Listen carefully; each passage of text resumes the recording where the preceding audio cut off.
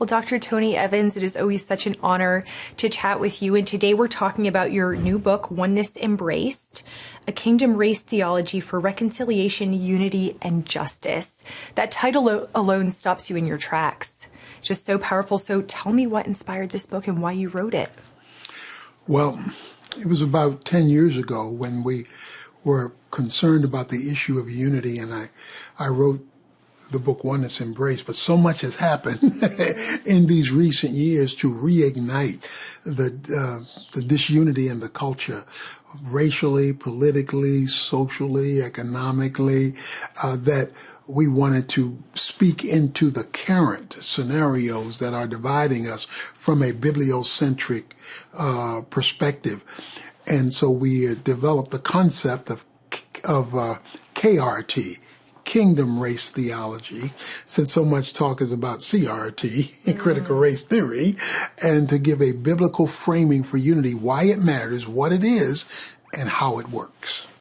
Why has it gotten so much worse over the last decade or so? We're the church. We're supposed to be speaking truth into the culture. So why has it only gotten worse? It's gotten worse because we've been more cultural Christians than biblical Christians. Our identity is to be rooted in the Imago Dei, in the image of God. But we've gotten so ingrained in the thinking of the culture that what we wind up is being parakeets to what the society is saying, rather than taking a solid, loving, but clear stand on what God is saying. From womb to tomb, God identifies the person as a bearer of the image of God. So much so that James 3:9 says you can't even curse a person because they are created in the image of God, which means the dignity of every human being is to be held in the highest standard, lest you insult God. And when you understand that that is how God made us and that is how he wants us to relate, God is not colorblind. He's just not blinded by color. He recognizes and has created the uniquenesses of the cultures in which we are born and the ethnicities, but he never wants that to be the deciding factor for decision making in our lives. It's really good. You talk about in your book why it's so dangerous to marry our faith with the American flag. Talk more about this, because we've been seeing this be a really big issue in recent years, especially. Well, what you wind up creating is a civil religion, and you become and that becomes idolatry. Whenever your national allegiance, and we should have national allegiance, but whenever that national allegiance causes you to have non-Christian perspectives underneath the flag, then what you have done is you've created a national idol that God must resist, reject, and judge. And I think one of the things we're facing now is the judgment on America because the failure of the church to be the people of God that represents his kingdom more than we represent the nation. So how are we seeing this judgment kind of play out today?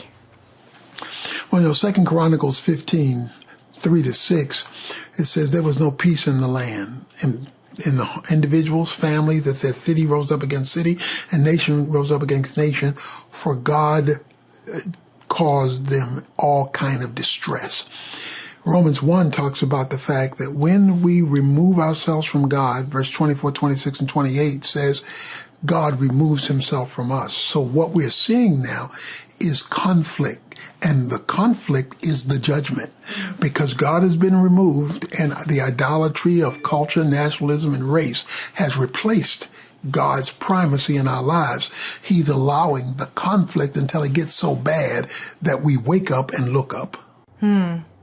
How can we get to a point as a church where we embrace this kingdom agenda? Because it seems like in some ways we're pretty far gone. We are pretty far gone. Verse 4 of 2 Chronicles 15 says, in their distress, they sought the Lord and he let them find him. So what God does is he lets things continually decline until we get desperate enough to return to his standard. And his standard is biblical unity. And biblical unity is oneness of purpose, not sameness of persons. Whenever you have a football team, we got 11 different positions, but there's only one goal line. God has one goal line, and that's his kingdom. And his kingdom is his divine rule. And he wants to rule and overrule our ethnicity. He wants to rule and overrule our skin color. He wants to rule and overrule our human relationships when they get in the way of his divine standard. So there must be a radical return to biblical truth, biblical standards, and biblical unity.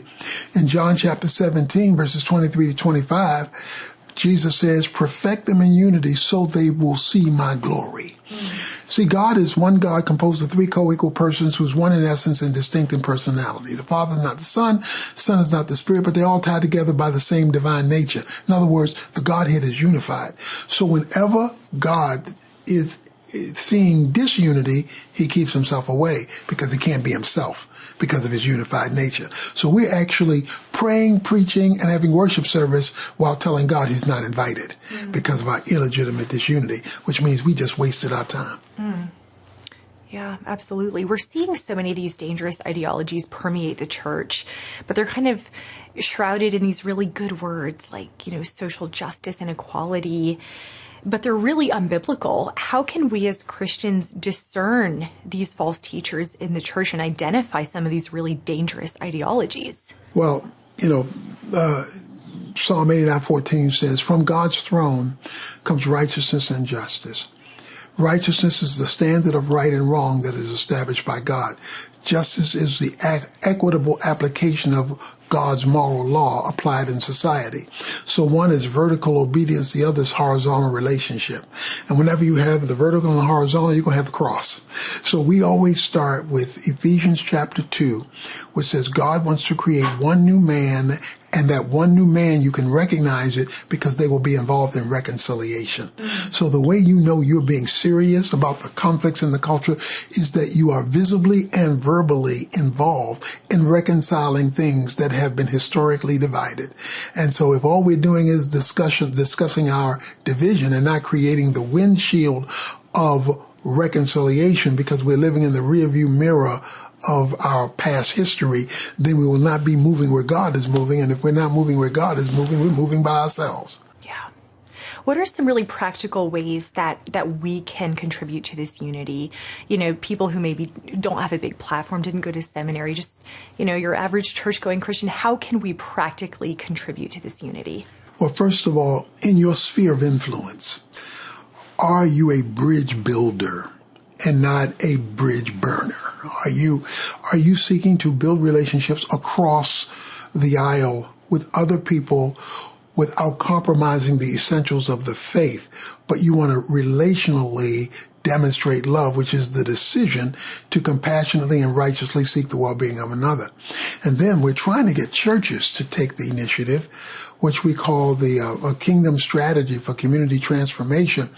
And we're trying to get churches to come together in every community in America through our national ministry, The Urban Alternative. And this 3-point plan has 3 A's. First of all, assemble. Once a year, gather all the churches and their members together for a solemn assembly, a sacred gathering to re-invite God back into our midst. Second A is address. Speak with one voice about the issues facing your community from a biblical platform and biblical point of view. Thirdly is act, where you do something that benefits the environment that you're in. Seek the welfare of the city. So you adopt every school. You adopt the police precinct to become the bridge between the police and the community. Or we have a new initiative that's part of that called Kindness in the Culture, where you get every member of your church to get an act of kindness card. And where once a week they intentionally do an act of kindness, even to people who are different than them.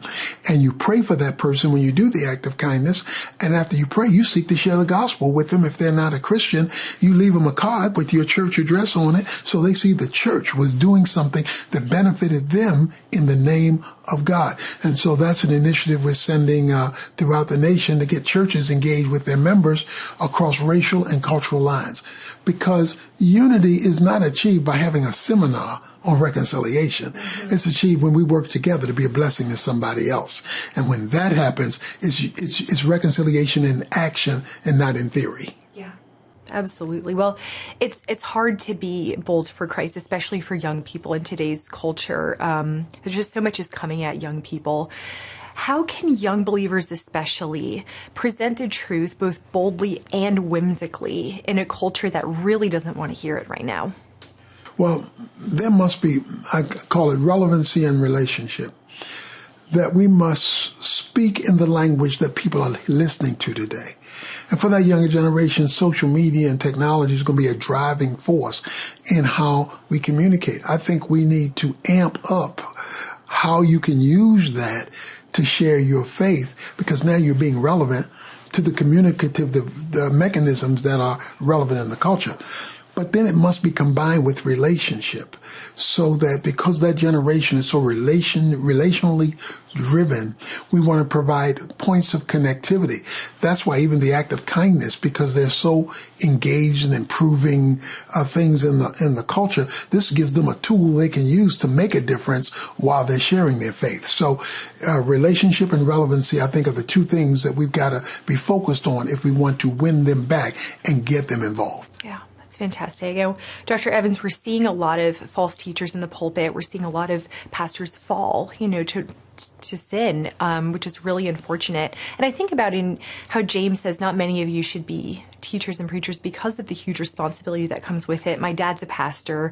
It's not always an easy ministry to grow up in. What challenge or word of caution do you want to give young people who are thinking about entering the ministry to realize that this is a really serious calling that cannot be taken lightly? Well, I want to challenge them to stay tethered to the Word and their relationship to the Lord as their primary goal, because ministry can become a God within itself. It can become your idol. And when ministry becomes your idol, God is in the background, and when God is in the background, you become vulnerable. So I would say keep that dynamic to God's Word and God's person as a primacy in your life. And then have people around you who can speak into you with authority. Don't be an isolated Lone Ranger, because like a salmon swimming upstream, a bear can pick you off if you're isolated. So you want to make sure that you're in relationships that can be sustainable and that can be authoritative in your life. Yeah, that's really good. Now, this book is dedicated to your wife of almost 50 years, Lois. And I want to ask how you're doing today after her passing. Well, thank you very much. It's a big hole in our lives and in the life of our family, but a meaningful one, because she was so involved in every aspect of our family and of our ministry. And so we fight forward in the midst of that loss, because her good hand is still, her fingerprints still exist everywhere. And what encouragement would you offer somebody else who may have lost a spouse recently or is in the process of grieving right now? Well, I would say you must hold on to the character of God when your circumstances are not in your favor. Isaiah 40, the people said, what's going on in our lives is not fair. And God's answer wasn't to change their circumstances. God's answer was to talk about him. And he says, do you not know? Have you not heard? In other words, run back to what you know to be true about him. That may not always cooperate with your emotions at the moment, but it will provide firm footing as you keep going for what God still has for you. Yeah, it's incredible. Now, just one more question. We're living in really turbulent times, right? We've got a pandemic. There's the invasion of Ukraine. There's so much uncertainty in the world. What word of encouragement can you give believers right now? Why can we still have hope? Well, we can still have hope because one of two things are happening. God is allowing all of this chaos because he's setting things up for his return, which we will have then no control over. Or if he's not returning on the short term, then he's doing a divine reset and reshaping culture because he's been marginalized too long. He's upsetting the apple cart until we get back in line with him so that he can do something new. Either way, we're going to be better off. Yeah, wonderful. Thank you so much, Dr. Evans. Thank you for having me.